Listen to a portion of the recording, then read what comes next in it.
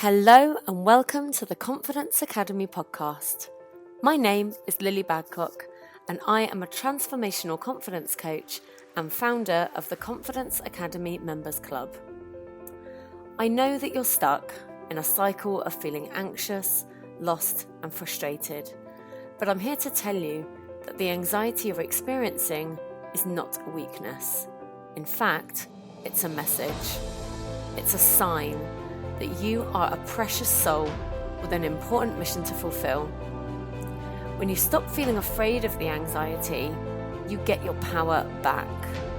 You remember just who you are and why you're here. The fact is that the world needs your gifts, and the time to rise is now. Join me as I help you to navigate through those feelings of frustration and anxiety so you can get on with living your life exactly as it was meant to be lived, full of inspiration, fun, and in full alignment with your soul purpose. Are you ready? Let's do this. Hello, welcome back to the Confidence Academy podcast. And this is a very special episode because this episode is going out on the very first birthday of the Confidence Academy podcast. So it's been an entire year since I first put out that first episode all those months ago. And I can't quite believe that we are already a year down the line, but I'm absolutely thrilled and honored to welcome to the podcast Lydia Michelson-Maverick, who is a health and wellness coach. She's also an aerial instructor and a yoga instructor as well. So Lydia, welcome to the podcast. First of all, thanks for being here. Thank you so much. I'm so excited to be here at this really cool time. I know it's a bit of a celebration. I feel like I should have a glass of wine or something, or some kind of party popper or something. But thank you for being my very first episode for this new imagining of the Confidence Academy podcast. And to everyone listening, they'll be wondering right now what the hell I'm talking about. So I'm going to explain. So when the podcast launched last year, I knew that it was designed to help people thrive in spite of anxiety. And it is still very much designed to do that. However, over the last few months, I feel like I have had a series of epiphanies through journaling and through meditation and through all of the inner mindset work that I do. And I have dropped much deeper into my own purpose. And then a result of that has been I've been shown more clearly what the purpose of this podcast is as well, and actually the Confidence Academy as a whole. And what that is not just helping people thrive in spite of anxiety. I'm here to tell you that my experience has been that the anxiety is there as a sign that you are waking up to a bigger purpose. You are starting to realize that there is something big you are here to do in your life. You may have no idea what that is right now. And that's where a lot of the overwhelm and anxiety comes from, because we find that we are stuck doing, or maybe not even stuck, but we find that we are doing either work that is not our purpose work at all, or we're doing a diluted version of it. And I really feel like there has been a mass awakening over the last few months. I really feel like there are a lot of people who are suddenly questioning what they're doing, why they're doing it. And anything that isn't in alignment is getting brought to the forefront so that people can make a new choice. And so the direction that we're headed now with the Confidence Academy is that it's not just about building unshakable confidence on a human level. You're still going to be able to get up on stage and speak and walk in a bar and, go on a first date, whatever you need confidence for. But actually, it's about building unshakable confidence to be who you are at your core, unapologetically and in full authenticity, so that you can bring to the world the unique gifts that you came with. And I know for some of you that's going to sound completely crazy. And some of you may be unsubscribing as we speak. And you know what? It's cool. I hope you'll stay, because I still believe that the content we're bringing you is going to be truly transformational for anxiety sufferers, wherever you may be on that spectrum. But specifically, if that resonates with you, if you really feel like there's something you're supposed to be doing and you're maybe not doing it yet, you are absolutely in the right place. And I am so excited to have Lydia here with us today, because the topic we are going to be talking about is tuning into and paying attention to your intuition. So before we get into the good stuff, I would just like to properly introduce Lydia. And Lydia, would you be able to just give us a little bit of background about who you are, what you do, and why you absolutely love it? Sure. I do sort of three separate things, but they're really all the same thing. I'm an aerial performer and instructor. I'm a yoga instructor, and I'm a health and wellness coach. And I do all three separately. I use them together.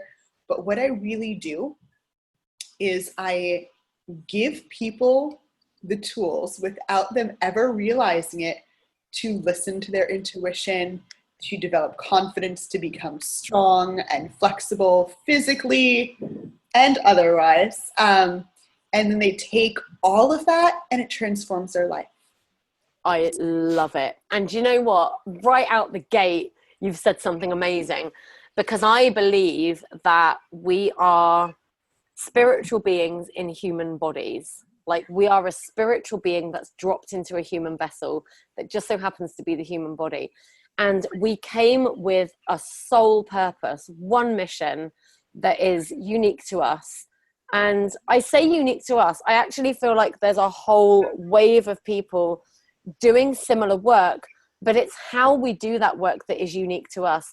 And what you just said about the fact that you have these separate things, but that they all do the same thing, it's exactly that. The human you happen to have dropped into just so happens to be an aerial instructor and a yoga instructor and a health and wellness coach.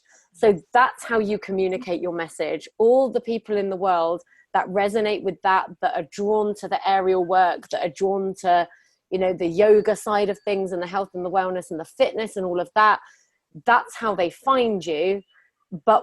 And they come in with what they think they need, and they leave with what they actually need, which is that soul shift on a deeper level. And I love that we've gone there straight out the gate, because that's what this is all about now, people. This is where we're at.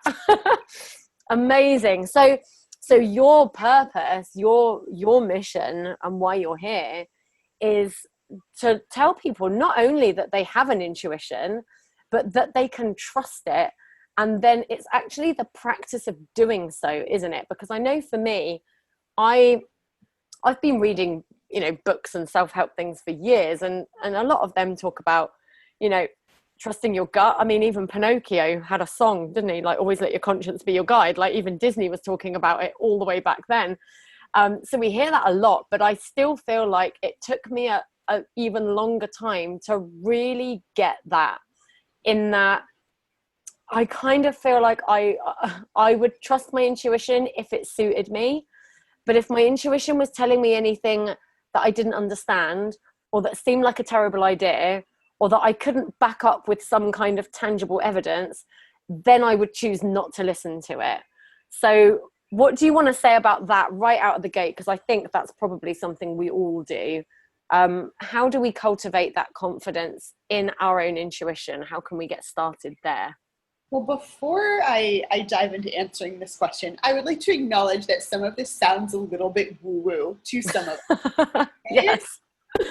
So a lot woo-woo. Like, I don't know about this topic. I think that maybe this episode is not for me. And here's what I will say to you. Science has actually studied this. There is research that has found we have neuroreceptors, we have the chemicals that give us emotion throughout the body. That information is really, really valuable, because what happens is the brain takes in a very wide range of information, more than the conscious brain can interpret. So what is left beyond what we can interpret is the rest of the brain going, something here is really right, or something here isn't really right. And we can't quite figure out why, because it's not in our conscious brain, but the brain is picking up more information. And that information is valuable even if we can't pinpoint it. So that's when, you know, let's say you have a business deal or something that comes up, a situation. And it sounds really good on paper, but you just, every time you go to like sign that paperwork, there's just something telling you, I don't know, or you keep putting it off.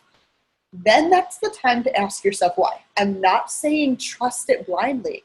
I'm saying if you notice that there's a difference between how you should feel about something and how you do, this is your guide, this is your cue to examine it, because there may be things that you can find cognitively to notice that you didn't notice that first or second or third time around. So there is neuroscience that kind of does back this up, and there's a body of research on it now, which is so cool. That's amazing. I love that. And then get some of those people on here. Yes. Yes, you should. I am not a neuroscientist. That would be so cool. I'm on it. I'm going to get one on. So I think, yeah, I mean, that is absolutely so good, because I think so many people probably like the idea of it, but then get turned off straight away because it just seems too out there for them. It's too woo-woo. There's nothing, they can't pinpoint anything tangible. So the fact that there is now research out there, the fact that people are now writing papers about this, and that, you know, respected brains, if you like, are saying, yes, this is a real thing. But actually, you know, you only have to look back over your own life to see that this is a real thing. Like, it's a real thing. And I love what you said about the fact that it's not about trusting it blindly. It's about recognizing that you get to question it. And something I have been learning to do very recently, actually, is paying attention to my procrastination. Because for the longest time, I told myself the story that I was procrastinating because I'm lazy and because I can't be bothered, and that maybe I don't have it in me to create whatever it is I'm trying to create, like blah, blah, blah, all of the negative stuff. Yeah. And it's only been recently that I realized that telling myself those stories was not conducive to the outcome I was trying to create. And never mind what it does for your self-esteem when you're constantly telling yourself things like that. But also, it was that just because that's the first thought that comes into my head, it doesn't have to be all I go on. And so just recently, I started with the question, well, what if it didn't mean that? So if I was procrastinating around something and I started to go down the rabbit hole of going, oh, well, you know, you always do that, you never finish anything, like you're totally flaky, blah, blah, blah, then I would catch myself, I would recognize that that's what I was doing. And then I would say, well, okay, that's one way to see it, but what's another way? And what I've come up with is that often procrastination will show up when something isn't fully aligned.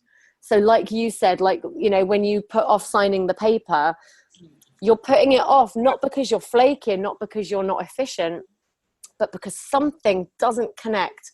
There's just something in your psyche somewhere that is making you wary.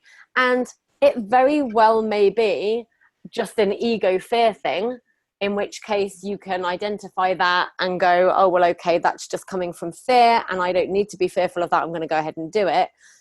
Or it can be a sign that you just have this, it's just this inner nudge that it isn't quite right. There's something not quite right. And so a really good example of this is recently, actually all around this podcast, I was going to do this online summit, and I'd mapped out in my head how I wanted it to go. And I'd had a bunch of people, you know, even people come forward saying that they would contribute to that. People have sent me blog posts, all kinds of things. So it was happening. And yet I couldn't get my energy behind it. And I kept beating myself up saying, oh, like, you know, you're going to let people down if you don't do it, blah, blah, blah. And then I was like, well, why am I not doing it though? Why am I really not doing it? Is it because I'm lazy? And when I asked myself that question, I realized that of course I'm not lazy. I'm like probably the polar opposite of lazy, because I'm constantly trying to do something. I'm definitely not someone to shy away from work usually. So I thought, well, then that doesn't fit. So what is it? And I just realized that, having had this epiphany that the Confidence Academy is moving in this new direction, the image I had of the online summit was more linked to the old version of the Confidence Academy. I hadn't taken into account this new information that I've downloaded recently. And so now I get to reimagine it, and there will be something happening. It's now in the process of coming through. And I'm just, instead of spending all my energy just beating myself up that I didn't follow up on things, I'm going, oh, well, there's a reason I didn't follow up on that. So now I'm going to follow this up instead. And already that's that feeling of failure and that feeling of letting myself down and everyone else has now been replaced with energy and excitement and flow. And I know it's going to be off the chain, and it's super exciting. And that's a really good example of exactly that. It's, you get to question it. You don't have to just take it at face value. Perfect start. I love it. and I'm so excited to see what you do come up with, because it's going to be, I have a feeling it's going to be really amazing. Oh my gosh, yeah, it's going to blow the lid off. And I'm so excited. I think what you said was really, really powerful. You hear people use terms like getting out of your own way, and you hear people talk about mindset work. And I'm one of these people, I have a background in psychology academically. I almost went on to a PhD. Instead, I became an aerial instructor. But I spend a lot of time researching. And while I do definitely have a spiritual side, I'm very, people get too woo-woo. They talk about, I don't remember what it is. It's law of attraction. And it's not that I don't believe in that. I like concrete. I like checklists. I like research-based. That's not for everyone. Some people love that. And I think that it does have great value. But for me, people talk about mindset work, and I'm just like, give me a checklist. But really what they're talking about is listening, finding why things are working, find why things aren't working, paying attention to what is going well, why it's going well, under what circumstances is going well. And that's, you're listening to yourself, you're getting to know yourself, you're learning how you work best, what you need to be successful in every area of your life. So that's really what mindset work is. It's figuring out what's blocking you or what's propelling you forward. It's not necessarily like very out there. It's just what's going on in your head or in your environment that is propelling or preventing you from moving forward. So a really cool coaching tool that I use with my clients is give me an example of something that perhaps was not working out for you, like this summit. So you'd sit down with the journal and you'd ask yourself why. And then you look at that answer and then you'd ask yourself why again. And you do that 5 layers deep.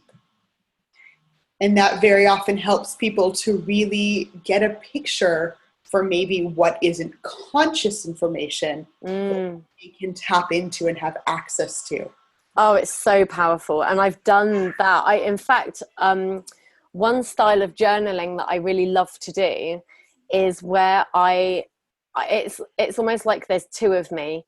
So there's the me who's lost and looking for answers and wanting guidance. And then there's the other me who's kind of, I guess, like the higher me, like the higher self, or however you want to see it.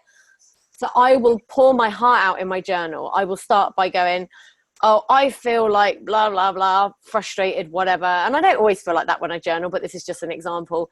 I'm frustrated because I'm not where I want to be yet, and I haven't achieved this. And why does this struggle keep coming around? And I feel like I've done the work, and blah, blah, blah, throw my toys up the pram, stamp my foot, jump up and down.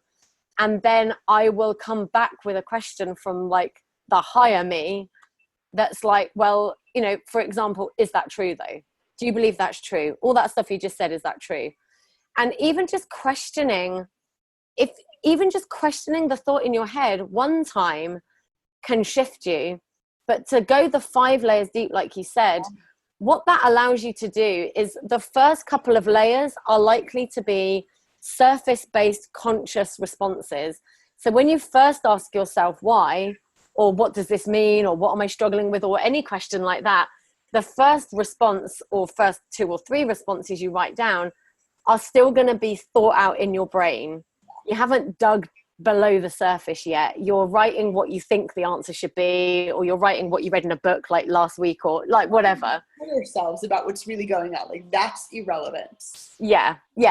And so you just keep writing. But I like to think of this like, it's like how I am with my kids, right? If I say to my children, did you eat all your dinner?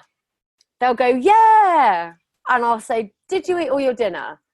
Yeah, well, kind of. I'm like, did you eat all your dinner? They're like, well, no, actually, I only ate half of it. And like, the more you ask the same question, the more you break them down. So in the end, they have to be truthful. It's like they have nowhere else to hide. And I think our subconscious is exactly the same. The more you question it, the more you shed those surface-based responses and what you think the answer should be. And then eventually your brain stops working and it just throws its hands up and goes, I don't know what she wants. You know, it's over to you now.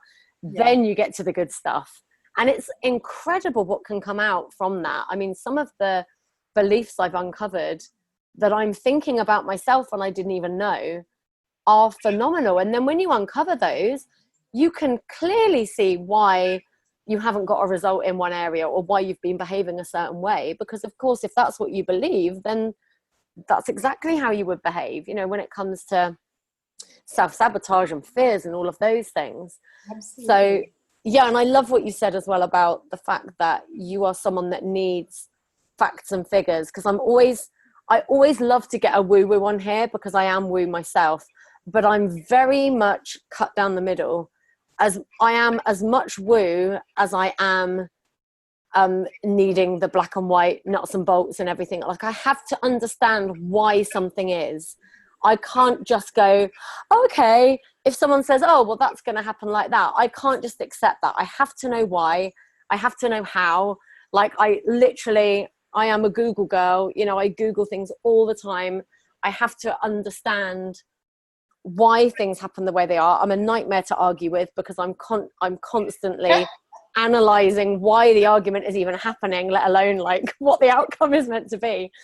And so I'm always excited to get people on the podcast who are into the facts and figures and who need that, because I think there are so many people that can be helped by this if they could just get over the fact that it sounds a little bit kooky to start with.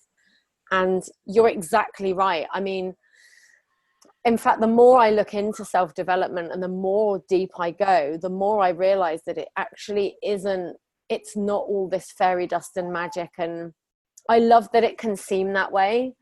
And it definitely, like a miracle obviously is magical. It's amazing. But there's a very real sense to it as well. And even law of attraction, like when I first came across that, I was looking for a magic bullet to start with. So I think a lot of the time when people come across law of attraction, they've already got to a point where they've lost their own power. They think they need something outside of them to correct whatever has gone wrong. So they are hoping there is a magic solution anyway. And then when you read something that says, oh, it's easy, all you have to do is think about what you want and you'll get it. You know, if you see it in your mind, you'll hold it in your hand. I've heard myself say that so many times. And people do believe that on a magical level. But actually all it is what that means is when you are focused on what you want, you see the opportunities that are all around you to call it in. There is no magic. The opportunities were always there, but the whole time you were focused on what you didn't have or what you couldn't achieve, that's all you could see. And so law of attraction is something that absolutely is a thing, and we're all doing it all the time. You've only got to look back at anything to see that it's a real thing, but it's not like the universe is not some genie that goes charging off and like grants wishes left, right, and center. And the other thing I learned is it isn't something that gets angry with you either. Like I used to think, why can't I manifest? Like, why does the universe hate me? The universe doesn't hate me. It's just my vibration isn't matching the vibration of the thing I want to call in. And that's all it is. And we're energetic beings, and that's all it boils down to. And again, even with energy, there's science that backs that up now. Like we are energetic beings. There is energy all around us, and it vibrates at a frequency. And that's what it's all about. And I think it's nice to believe in magic, but sometimes it can completely derail you. because you get so sucked into that you ignore your own power, because you're looking outside of yourself. You're looking for the magic bullet or the silver bullet or the magic pill or like whatever it's going to be. And the whole time it was in you. And that's not just like a pretty thing to put on a t-shirt. It's actually real. It's true. You know, I'm so glad you said that genie thing. It's really funny, but it's true. And some people really think that like all you need to do is do like a vision board and that you're good. I had my own aerial studio downtown for 5 years, and there was a restaurant next door, and it had this little area that was enclosed for storage or whatever it was, and it had the most beautiful graffiti on it, and it said, "The only magic I still believe in is love." Oh, I love it. That's beautiful. Yeah. That walking into work and leaving every day, it was the last thing that I, saw at night and the first thing I saw in the morning. And I'm like, perfect. Yeah. So. And it's true. It's love, and not just love, not just external love either. It's love for who you are. And that coming back to the fact that you are this energetic, spiritual being in a human vessel with a beautiful purpose. And when you connect back to that, it's lifting the veil and recognizing that the power you're seeking and all of the answers you've been looking for the whole time have been within you. But you have to know how to get quiet and listen to that. So how would somebody do that? Let's just say that the people listening, for those people who haven't unsubscribed in fear of how woo-woo we just got, for those people who are still with us, who are thinking, yes, this all sounds great. How do I, what if someone's listening going, well, I don't think I have intuition, or I certainly can't trust my intuition because maybe I've made a bad choice in the past. How can those people get started?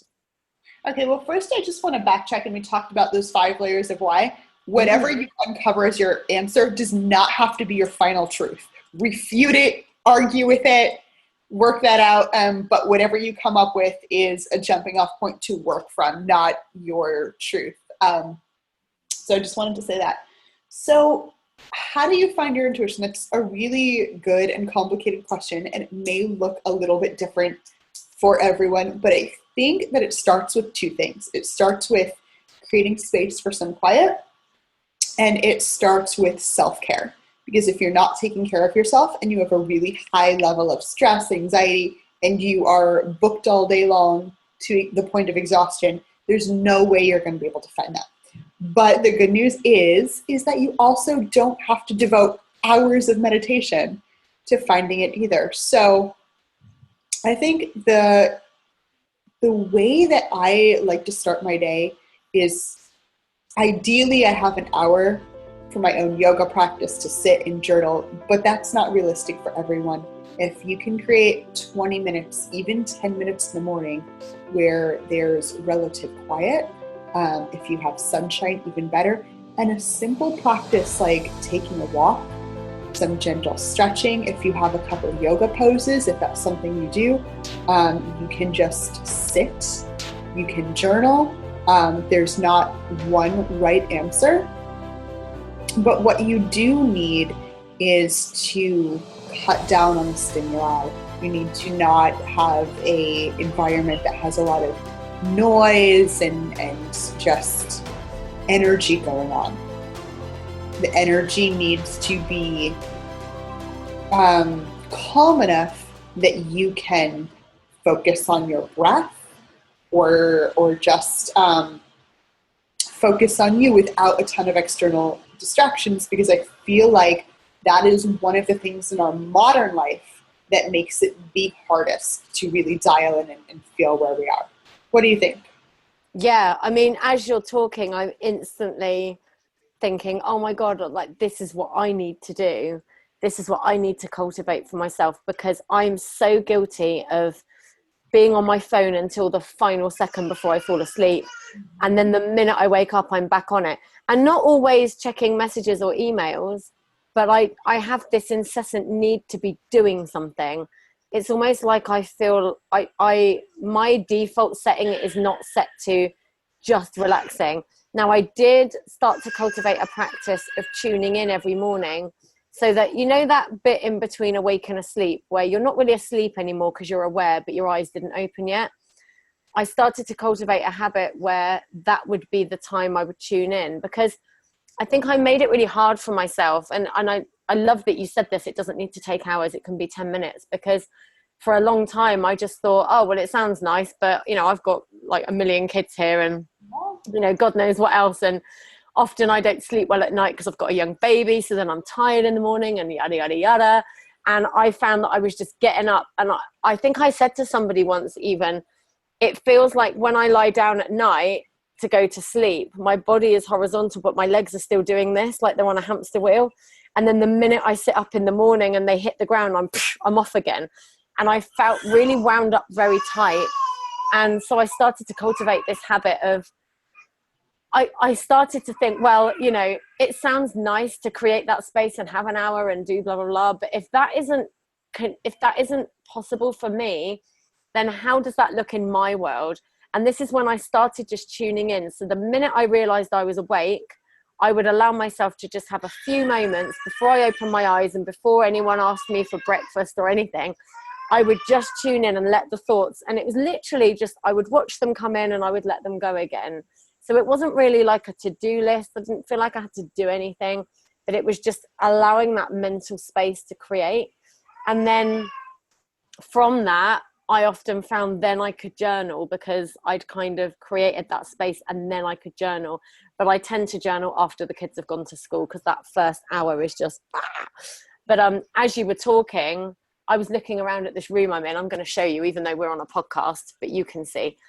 So I have my little head in the background there, and I love, well, there's a baby seat here, but I'm on this massive day bed, and it's my favorite room in the house. I love it. There's loads of natural light when it's not nighttime, as it is now.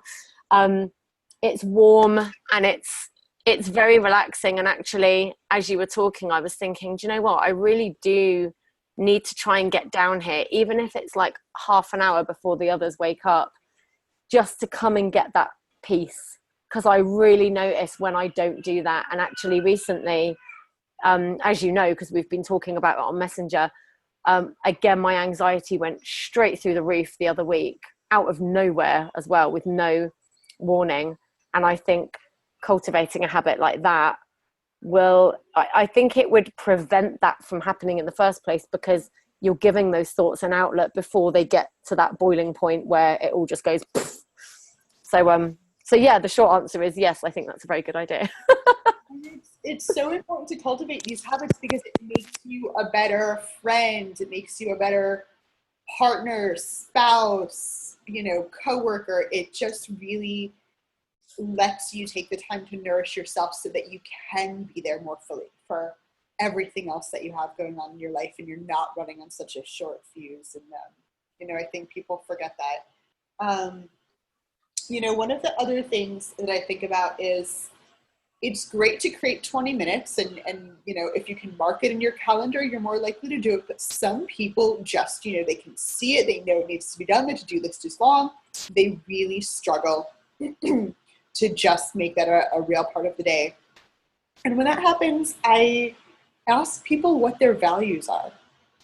We talk about what that is, because if your values don't prioritize you, if you're last on that list, and if the first thing is like your productivity, your to-do list, you're busy, then we're going to be having a very different conversation, and we're going to need to work on that before we can get to intuition.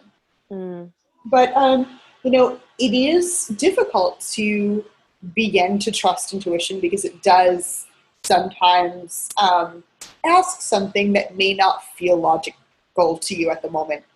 So I like to start off small. So when you're going to the supermarket and deciding what to buy, you can play with it and ask yourself, like, does my body want zucchini this week? Does my body want spinach this week?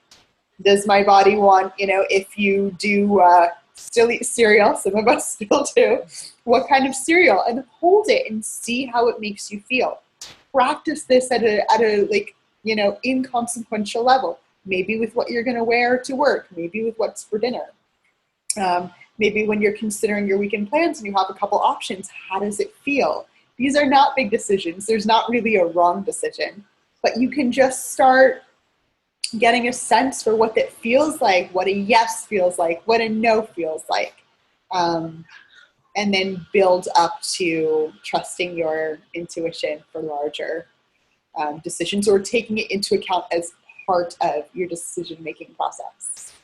That's incredible. I think that's powerful. And although you said, these are kind of, they're not important decisions, like do I buy spinach or do I buy a squash or whatever from the supermarket, but I think I can definitely see how that would help. I mean, I'm in a place now, my baby just turned 8 months, so I've just started personal training.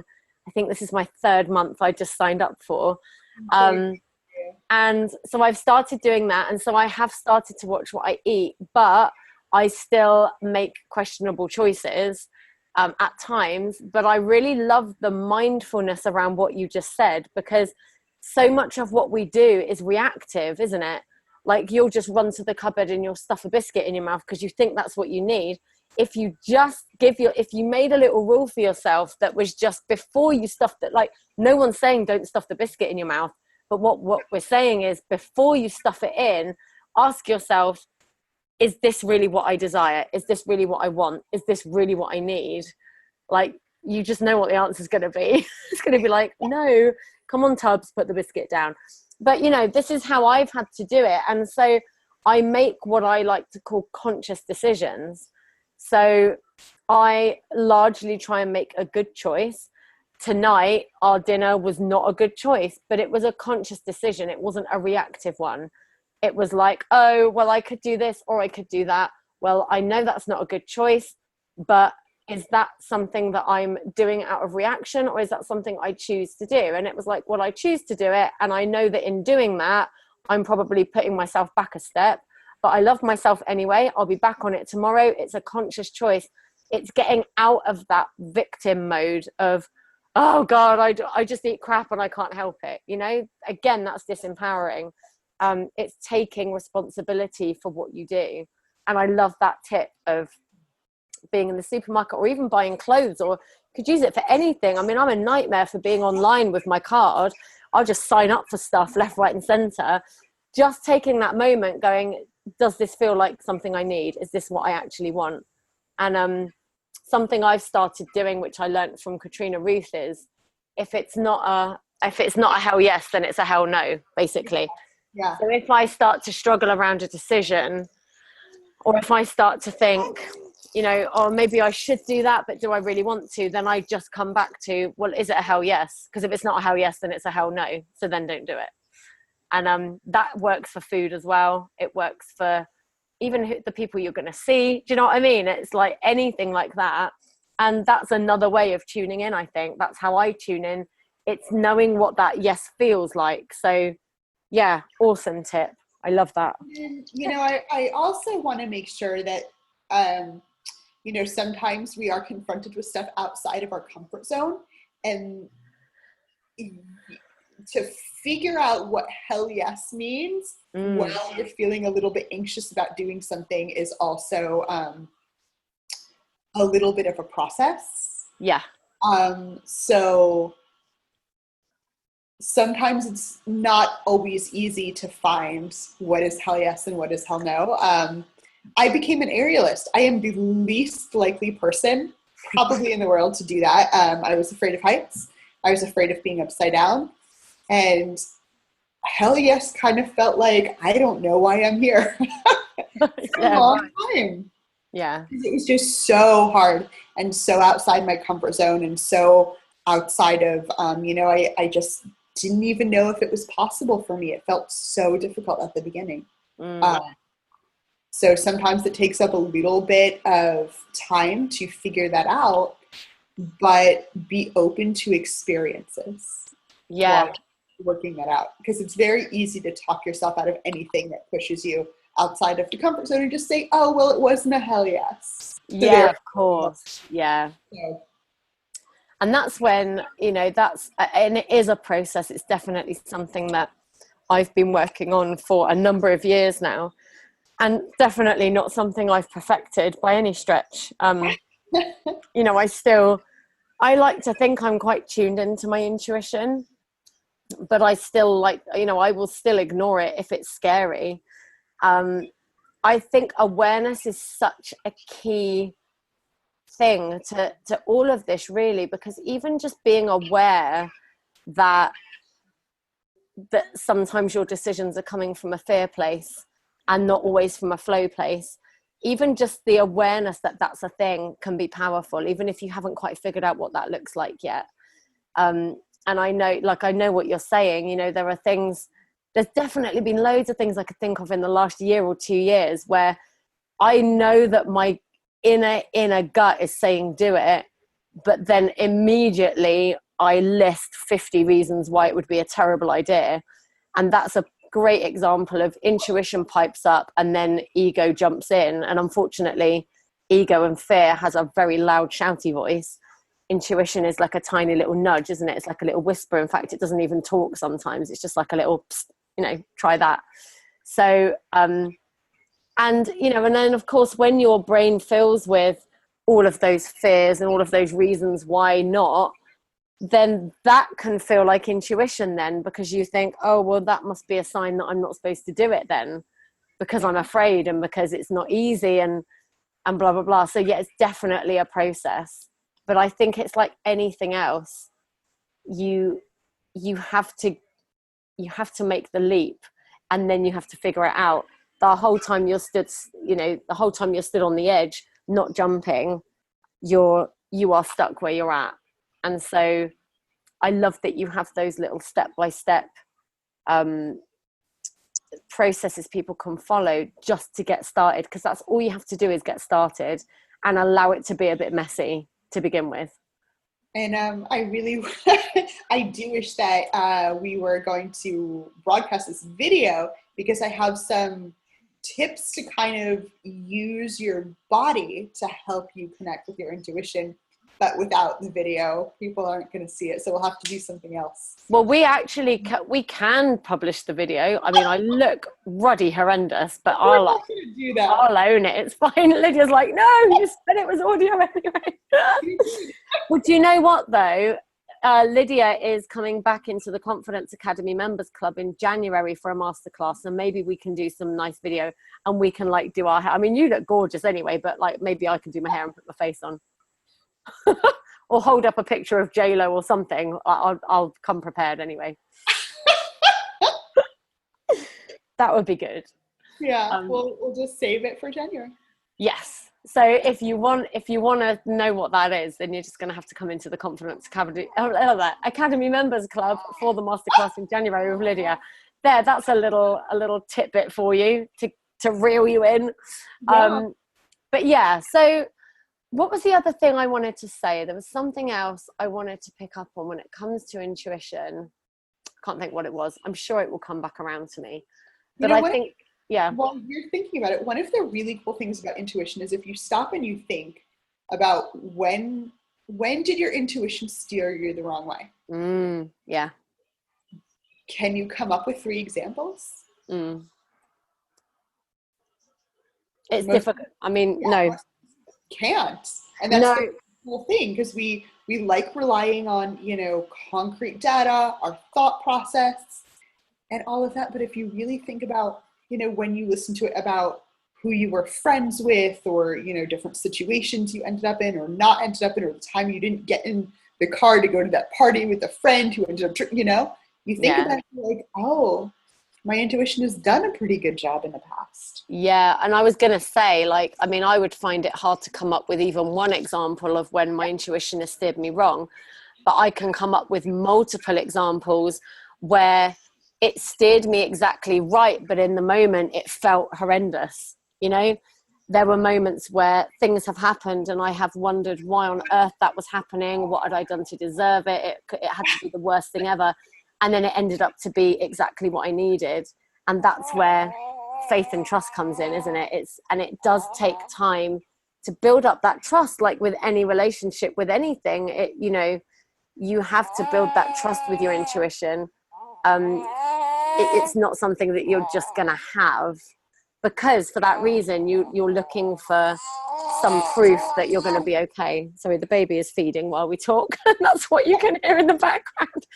Angry feeding. But yeah, I think, yeah, if you think back, well, you know, when did it steer you wrong? Well, I can't think it ever did, but when did it look like it was all falling apart and actually it was all coming together? Hindsight is a very powerful thing, isn't it? Absolutely. Totally powerful thing. And oh yeah, I mean, I love looking back at like the key moments in my life where I can absolutely see that I made a decision, or that, you know, I definitely made a left turn instead of a right, and what that led to, and at times where that felt like the wrong thing, and then what it's ended up being. And I think, you know, it's an age thing. I mean, I was 40 this year, so now I have learned to start trusting it now, because even when it seems like there's no good reason, and even when it seems like everything's going wrong and you can't see how it's going to work out, I just have faith that it will now, because it always has before. And to me, that's exactly how this thing called life works. So it's cultivating that trust over time, isn't it? It is. And you know, I kind of think it's like a puzzle, and you don't have all the pieces. Mm. You can't see it all at the time, but as you move farther away from it, you can see the bigger picture. I had a chat with my mom last night, and I told her that I was going to do this, and she was super excited. She's like, "Can I listen live?" And no, Mom. Oh, Mom, sorry. Yeah, but she'll get to hear it. My mom gets very excited and enthusiastic about things, which I love. She's like, "From the time you were a very small child," and she talks like that. She just was saying how my intuition was always really, really on, even when, you know, she wasn't listening to hers in certain situations, but my intuition was dead on. And she was like later, you know, I felt the same way, and I should have, you know, followed the gut or the intuition that we both had collectively. But she's also a very logical brain person. Not as much anymore. She tries to listen more closely. So it was really a cool conversation to have with her last night too. Yeah, I love that. And shout out to your mum. Hey, Mom. And that's so true. In fact, I remembered something. It was over the last couple of years when I really started getting into the mindset processes and the journaling and everything. You know, I've uncovered a lot of memories of when I was younger. And one thing that came up was I think the journaling prompt was, what was your earliest memory of, how was it worded? It was something around, what was your earliest memory of absolute faith, where you absolutely knew you were going to be okay? And I had to think back, and I remembered a time when I was probably maybe 6 or 7, something like that. And I'd gone to a shop with my dad. It was like a big department store, so multiple levels, you know, lifts and, you know, loads of departments. And we'd gone into the shoe section, and I'd seen these amazing shoes that I wanted. And I can remember them now, and I can even remember what they smelt like, because they were these patent red shoes. And there were blue ones as well, but the red ones were the ones I wanted, like this burgundy red. And I just loved these shoes, and I had a party dress that was the same color. And I remember looking at these shoes and thinking, oh my God, like I need these shoes. They're going to look so nice with my party dress. And when I turned around to tell my dad that I wanted these shoes, he was nowhere to be seen. And he'd actually wandered off to the next bit thinking I was following him, and had inadvertently left me behind in the shoe section. And I remember looking kind of up the shop, down the shop, left, right, all around, and could not see my dad anywhere. And I remember the panic kind of coming over me, where I was like, oh my God, I've lost my dad. And then almost immediately, I just remember having a vision of being sat around the tea table that night, telling my mum how I got lost in the shoe section and how everyone would laugh. And I just thought, well, later on, we'll all laugh about this. When we're back at home and everyone's eating their tea, like, we'll all laugh about how silly this was. And while I was sat there thinking about that, in the meantime, my dad had realized that I wasn't with him and had turned back and come back to see where I was. And of course, because I hadn't panicked, because instead I'd sat there visualizing how it was going to go, I was still where he left me. And so we got reunited within probably a minute. It probably wasn't very long at all. And I realized that even then, I just knew I was okay, even though the physical evidence didn't back that up. Because the physical evidence was I was a 6 or 7-year-old lost in a department store, you know, with lovely shoes, albeit, but like not much else. But I had the ability to visualize how it was going to go. And I visualized being at home, and it played out exactly as I saw it. We got home that night. I told Mum what happened. I'm not sure if she laughed, though. Maybe that was a bit, you know, I was a bit ambitious with the laughing. She was probably a bit cross. But, but you know, it was like, I knew I was going to be okay. I just absolutely knew I would be all right. And whilst I felt the panic, it very quickly went away because it was replaced with that faith. And we have that ability. It's just we learn to lose it. I think we get so stuck in our human mind. We fear all the time what other people are going to think about us, what they're going to say, what it will look like if we're wrong. Like, we're so afraid to make a mistake. And that's where the fear of trusting intuition comes from, I think. But, you know, you can trust it. It's like Lydia said, when was the last time it let you down? And actually, now think back to all the times you ignored your intuition, and how did that go?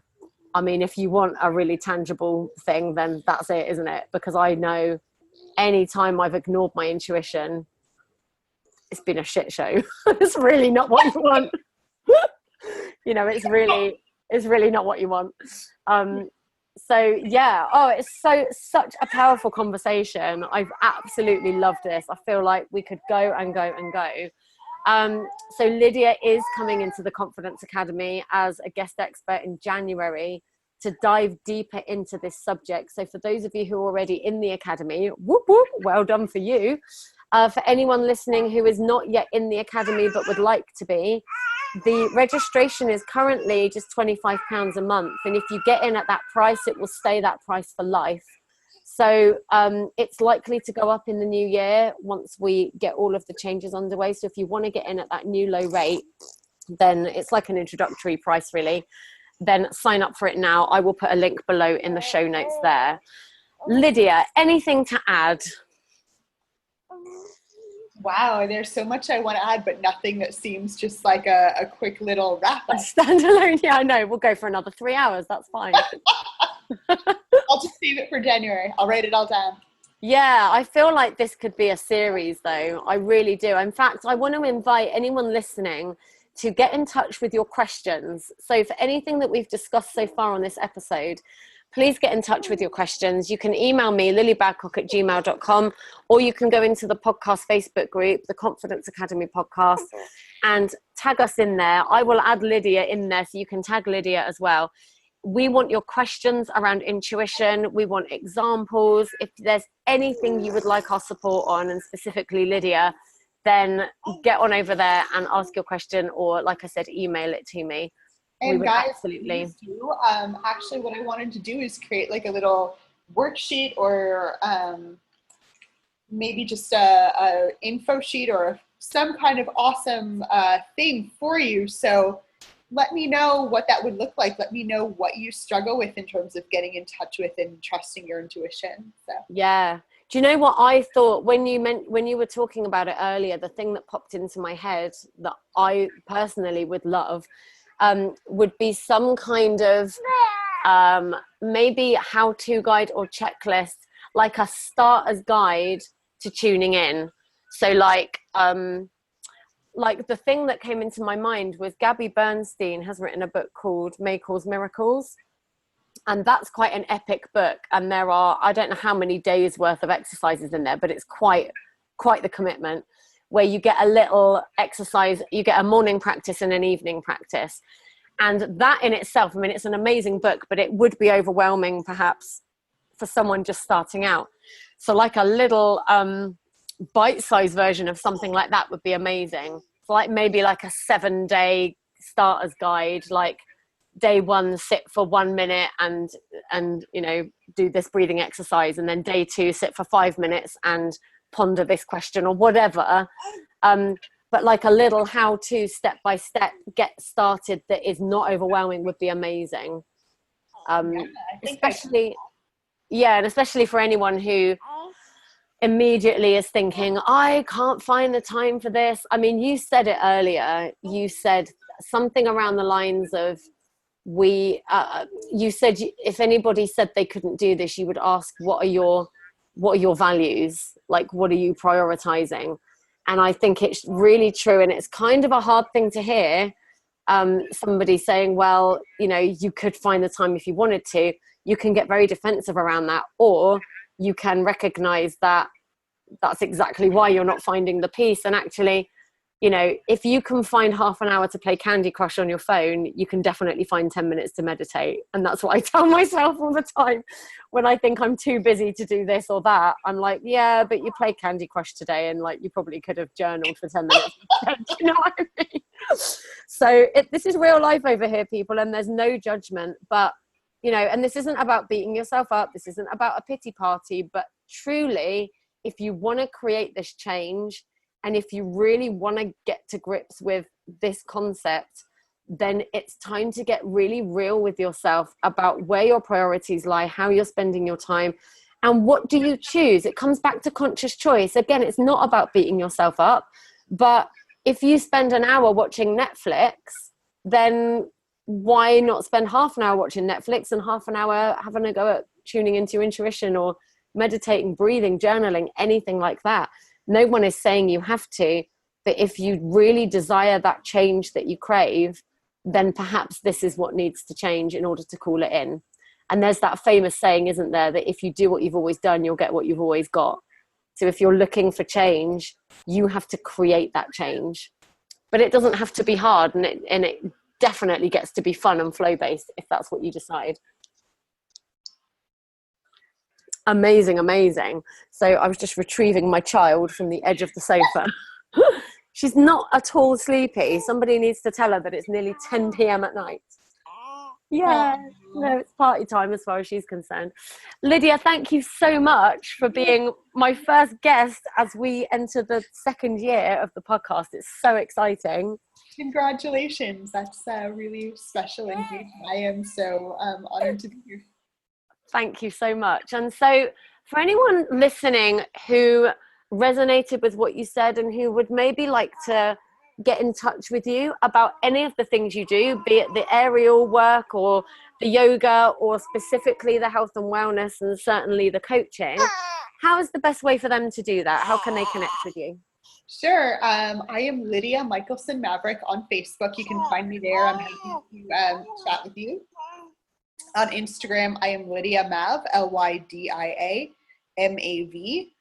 My website is still under construction. I'm going to go ahead and give you the address anyway, but it's online because I was beta testing it, but it's not quite finished. And that is for FOUR elements, ELEMENTS, flow.com. And those are the three best ways to find me. And then you said that you were going to add me in your Confidence Academy. So you'll be able to find me there, and I can direct you a link so you can just hit me up there. Awesome. And we'll put all of those links in the show notes as well. So it just remains. Now, we had a little discussion before we went live because I always sign these podcasts off with the same question, but I feel like we need a new sign-off question now to celebrate the fact that this is a new podcast going in a new direction. So I think the question now needs to be, if you, well, not even if you, because you have that megaphone, you're on the Confidence Academy podcast, it's going out to the world. What is the message that you want to send people who are just waking up to the fact that they are here to do great things in the world? What is it you want those people to know?